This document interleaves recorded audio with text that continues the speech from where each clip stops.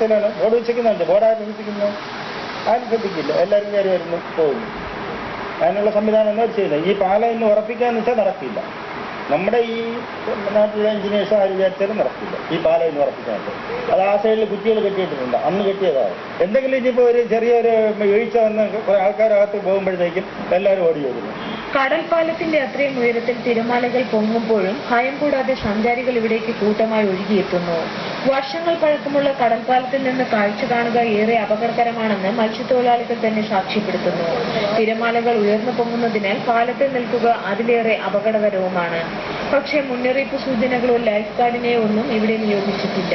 മുന്നറിയിപ്പില്ലാത്തത് കൊണ്ട് തന്നെ സഞ്ചാരികളും ബലക്ഷയം ബാധിച്ച ഈ കടൽപ്പാലത്തിൽ കടൽക്ഷോഭത്തിന്റെ ഭീകരമുഖം കാണാനെത്തുന്നു.